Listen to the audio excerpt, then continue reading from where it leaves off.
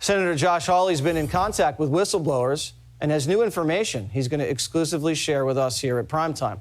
So what now are we hearing from whistleblowers, Senator? Well, what I've heard tonight, Jesse, is that most of the agents who were there at that rally in Butler were not Secret Service agents.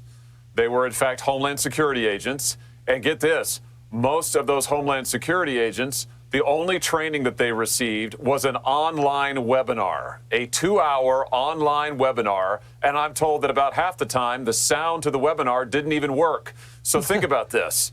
The President of the United States, former President of the United States, Donald Trump, is sent out on stage. Most of the people there aren't trained. They're not qualified. They only got a webinar training, and even that didn't work. It is absolutely outrageous. You're saying, and if we're to believe that there's this big Iranian threat, that this is coming down the pike and they had to beef up security, their idea of beefing up security was not putting more Secret Service agents and counter snipers, was just throwing in a bunch of guys that have never done this before from Homeland Security and sending them into some Zoom training that didn't work?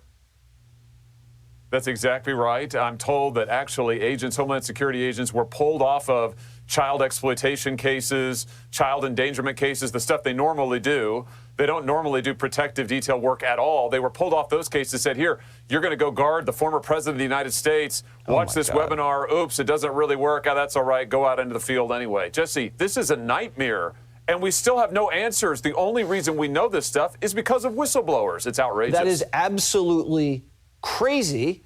I can't even wrap my head around it. When you heard the first story about this counter sniper shoot, I thought it was the guys on the high roof. Then I heard it was the guys farther away. And now I'm hearing the first shot that was gotten off was by a local, and he wasn't even perched. He was on the ground.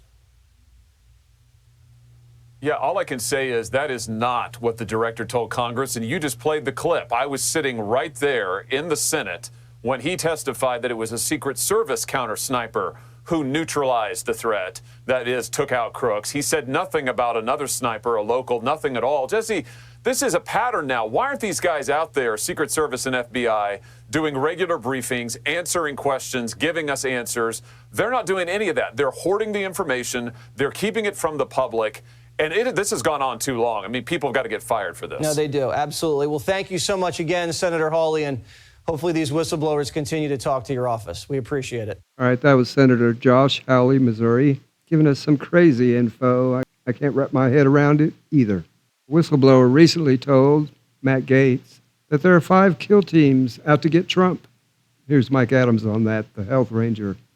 But first, you can support the evangelizing by going to payhip.com/RJ Evangelizing. Just scroll down to the bottom, browse the Health Ranger store, and you can shop by health goals, lung support, kidney support, heart, brain, and weight management. We also got water filtration, heirloom seeds, emergency food, and so much more. And now back to Mike Adams. Well, what Representative Matt Gaetz said about the 5 kill teams, there's no question that there are even more. I am going to repeat my public warning here because of my intel sources that there are surface-to-air missiles in possession of some of these kill teams. I think these may be even shoulder-fired surface-to-air missiles. You know, small range, but they could take out potentially Trump's airplane. And I agree with what you said yesterday or the day before. Trump needs to, at this point, hunker down. He needs to just do live streams and interviews from a safe location. They're going to use increasingly dangerous area effect weapons to try to take out Trump. Well, we are in the last chapter of a U.S. empire that has been on a suicide path for quite some time, financially and otherwise, geopolitically. And I do want to say, even if Trump is sworn in January, that cannot stop history from playing out here. The warmongering neocons and you know the assassins and the color revolution leaders of the American empire that have been basically operating this since the assassination of JFK, they are on their last legs, and so they're in desperation mode, and there's nothing they won't do at this point. There's no limit to the number of even Americans that they would sacrifice if it kept them in power. Look,